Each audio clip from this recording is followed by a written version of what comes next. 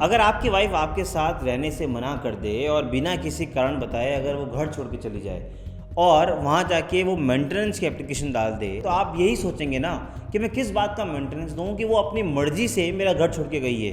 अक्सर हम ऐसा डिफेंस लेते आए हैं। बीइंग अ काउंसिल, हम जब भी हस्बैंड के साइड से अपेयर होते हैं, हम यही एक आर्गूमेंट देते हैं कि वो अपनी मर्जी से गई है तो सेक्शन 125(4) सीआरपीसी के तहत मुझे किसी भी तरह का मेंटेनेंस नहीं देना पड़ेगा। आप भी इस बात को ऐसा सोचते होंगे, लेकिन अब परिस्थिति बदल गई है। जी हाँ, 2025 में honourable supreme court of India ने इस मामले पे एक लैंडमार्क रूलिंग देते हुए इस पूरी परिस्थिति को बदल दिया है। अब कितना सही कितना गलत वो आप लोगों को डिसाइड करना है, लेकिन आज हम उस नई परिस्थिति को जानेंगे।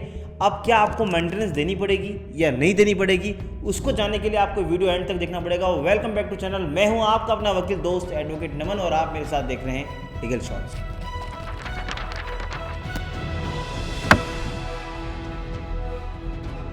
नमस्कार दोस्तों, तो आज हम बात कर रहे हैं मेंटेनेंस देने की कि हस्बैंड को कितना मेंटेनेंस देना होगा, और पर्टिकुलर ये सवाल की कि अगर हस्बैंड ये प्रूफ भी कर दे कि वाइफ अपना घर छोड़ के गई है, अपनी मर्जी से गई है, और दूसरा मैंने उसके खिलाफ सेक्शन 9 यानी जो रेस्ट्रिक्शन ऑफ कॉन्जुगल राइट होती है वो एप्लीकेशन भी लगाई है, उसके बावजूद भी वो नहीं आ रही है, तो मेरी क्या गलती, तो क्या मुझे मेंटेनेंस देनी होगी या नहीं देनी होगी, उसके ऊपर आज हमारा वीडियो है। क्योंकि ऐसा जजमेंट आया है Reena versus Dinesh 2025 supreme court, नीचे लिंक दे रहा हूं, आप चाहे तो पूरा जजमेंट पढ़ भी सकते हैं। उस जजमेंट को हम आगे डिस्कस करें वीडियो में और आगे डिटेल में जाएं, उससे पहले एक जरूरी अनाउंसमेंट। अगर आपके जीवन में कोई कानूनी समस्या है तो मैं नीचे लिंक दे रहा हूं, उस लिंक पर क्लिक करके आप घर बैठे मुझसे मेरी टीम से बात कर सकते हैं, और ऐसा कंटेंट पसंद आ रहा है तो प्लीज़ सब्सक्राइब लीगल शॉर्ट्स। तो हम पहले इस केस के फैक्ट्स जान लेते हैं। रीना और दिनेश की आपस में शादी होती है। शादी होने के बाद कुछ पल उनके साथ अच्छे गुजरते हैं, लेकिन फिर वही आपस में डिस्प्यूट बढ़ जाते हैं। जब डिस्प्यूट बढ़ जाते हैं तो रीना वो घर छोड़ के अपने पियर चली जाती है। जब वो जाती है तो सबसे पहले हस्बैंड जो दिनेश होते हैं वो section 9 of Hindu marriage act में रेस्टोरेशन ऑफ कॉन्जुगल राइट की एप्लीकेशन डालते हैं। सेक्शन 9 की जब एप्लीकेशन डलती है, समन इशू होते हैं, वाइफ को बुलाया जाता है, दोनों पार्टीज़ की प्लीडिंग्स होती हैं, आर्ग्यूमेंट्स होते हैं, तो फाइनली फैमिली कोर्ट इस कंक्लूजन पे पहुंचती है कि बिना किसी कारण से वो वाइफ अपना घर छोड़ के चली गई है मैट्रिमोनियल होम और अपने पेड़ जाके बैठी है। तो हम ये डायरेक्शन देते हैं कि 2 महीने के अंदर वो वाइफ वापस आए और इन कॉन्जुगल राइट्स को हम रिस्टोर करते हैं। यानी सेक्शन 9 यानी जो रेस्ट्रिक्शन ऑफ कॉन्जुगल राइट था वो हस्बैंड यानी दिनेश के फेवर में फैमिली कोर्ट ऑर्डर पास कर देती है। मीनवाइल जब सेक्शन 9 चल रही होती है, उसी वक्त एक एप्लीकेशन डलती है वाइफ की तरफ से सेक्शन 125 सीआरपीसी की। सेक्शन 125 सीआरपीसी की इस बात को कहता है कि अगर वाइफ इस बात को प्रूव कर दे कोर्ट में कि वो अपने आप को मेंटेन नहीं कर सकती, अपना जीवन यापन खर्चा नहीं चला सकती, और उसका हस्बैंड सक्षम है, तो हस्बैंड को वाइफ को एक मेंटेनेंस देनी होगी। जब 125 सीआरपीसी को डिसाइड किया गया तो कोर्ट ने ये डिसाइड किया कि यस, हस्बैंड मेंटेन कर सकता है, लेकिन वाइफ अपने आप को मेंटेन नहीं कर पा रही है और हस्बैंड की ड्यूटी है वो अपने वाइफ को पैसा दे। इसलिए हम हस्बैंड को डायरेक्शन देते हैं कि अब से वो हर महीने 10,000 रुपये अपनी वाइफ को एज ए मेंटेनेंस 125 सीआरपीसी में देगा। यानी अब उस शहर के दो कोर्टों का 2 व्यू। एक तरफ तो कोर्ट ये कह रही है सेक्शन 9 में कि आपको वाइफ का जो रीज़न है घर छोड़ के जाने का वो हमें समझ में नहीं आ पाया, इसलिए हम सेक्शन 9 आपके फेवर में कर रहे हैं। वहीं दूसरी तरफ 125 सीआरपीसी में हम आपको 10,000 का ऑर्डर भी कर रहे हैं। अब ये 2 बातें कन्फ्लिक्ट थी, इसलिए जो हस्बैंड थे दिनेश वो पहुंचते हैं हाई कोर्ट। वो चैलेंज करते हैं उस मेंटेनेंस के ऑर्डर को रिवीजन पिटीशन में। जब वो सेक्शन 125 के ऑर्डर को चैलेंज करते हैं तो हाई कोर्ट में दोनों पक्षों के आर्गूमेंट होते हैं। हाई कोर्ट उन दोनों की बातें सुन के ये डिसाइड करती है कि क्योंकि सेक्शन 9 की डिग्री हस्बैंड के फेवर में है, दूसरा वाइफ खुद अपना घर छोड़ के मैट्रिमोनियल होम छोड़ के पियर गई है, तो इसमें हस्बैंड की क्या गलती।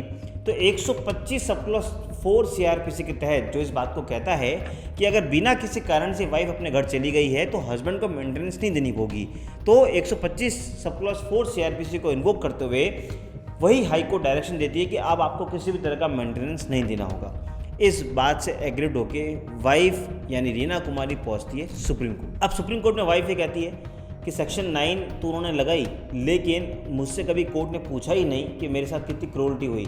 अगर मेरे साथ कोई क्रूरल्टी हो रही है, फिजिकल वायलेंस है, मेंटल वायलेंस है, तो मैं कैसे उस घर में रह सकती हूँ, और मेंटेनेंस तो मेरा हक है, मुझे दिलाया जाना चाहिए। वहीं हस्बैंड का वही सेम आर्ग्यूमेंट कि वो अपनी मर्जी से गई है, सेक्शन 9 मैंने लगाई, मेरे फेवर में ऑर्डर है, इसलिए मैं किसी बात को मेंटेनेंस नहीं देना चाहता। दोनों पक्षों का आर्ग्यूमेंट सुनने के बाद सुप्रीम कोर्ट ने कहा कि अब वक्त आ गया है हम इश्यू पे हम अपनी एक डिटेल्ड फाइंडिंग दे दें। सुप्रीम कोर्ट ने बात मानी कि इस देश की कई हाई कोर्ट्स की कई कन्फ्लिक्टिंग व्यूज़ हैं। कुछ हाई कोर्ट्स कहती है कि अगर ये प्रूव हो जाए कि वाइफ अपनी मर्जी से घर छोड़ के गई है तो आपको 125 में मेंटेनेंस नहीं देना होगा।